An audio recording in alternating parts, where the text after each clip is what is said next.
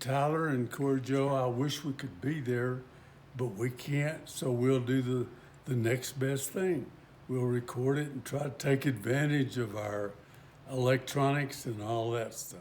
Okay, we want to give you a blessing, and I don't really know how to do that, so we'll do the best we can with what we got to work with. Our marriage deal is a full-time deal, and it lasts forever. You're entering into a covenant with each other and a covenant with God. And what all a covenant is a commitment, a full-time commitment. Jesus had the example of his covenant with God, and he gave up his life.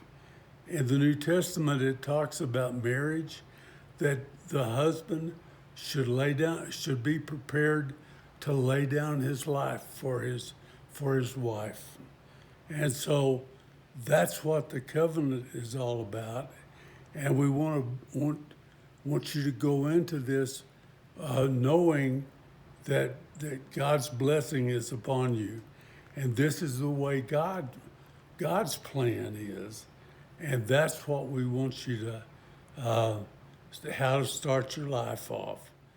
Grandma and I have been married for over 50 years, so we would like to give you a little advice.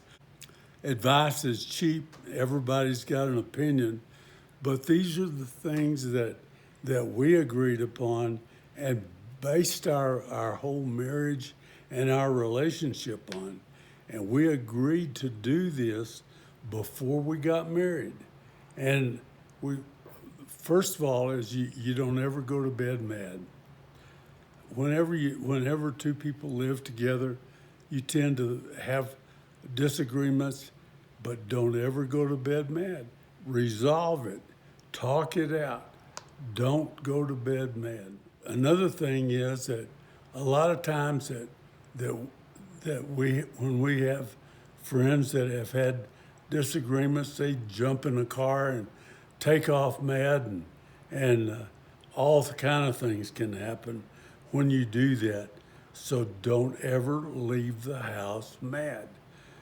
You talk it out, you discuss it, you kiss and make up, and try to make sure that you don't ever stomp out and leave mad. And another very important thing to look at when you go into a marriage is that divorce, even though it's a legal transaction and there's exceptions and all of those things, divorce is not an option for this marriage.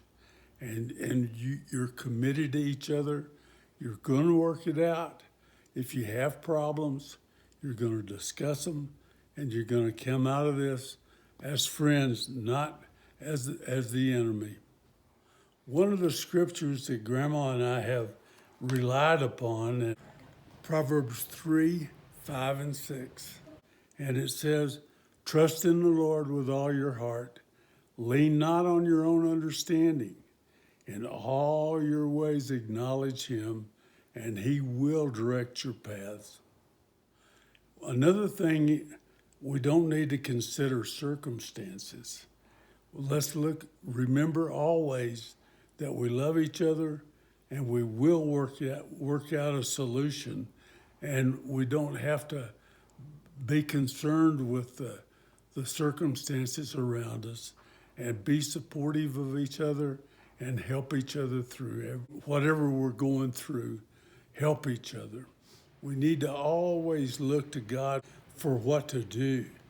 We need to pray together. We need to look at each other.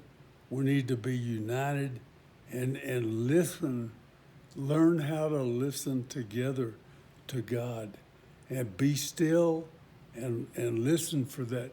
Sometimes, most of the times with me, I've never heard the big booming voice of the Lord, but I have heard the still small voice that gives me the direction to know which way to go. And we can talk about those and we can go through them together and work out our which solution that we want to follow. Corey Jo has always been my sunshine girl. When she was a little girl, she would come in and she seemed like she was mad all the time, and I would tease her into being till she smiled. And when she smiles, it's just like the sun coming up. And she is my sunshine girl, and I love her, and I love Tyler because he loves Corey Jo also.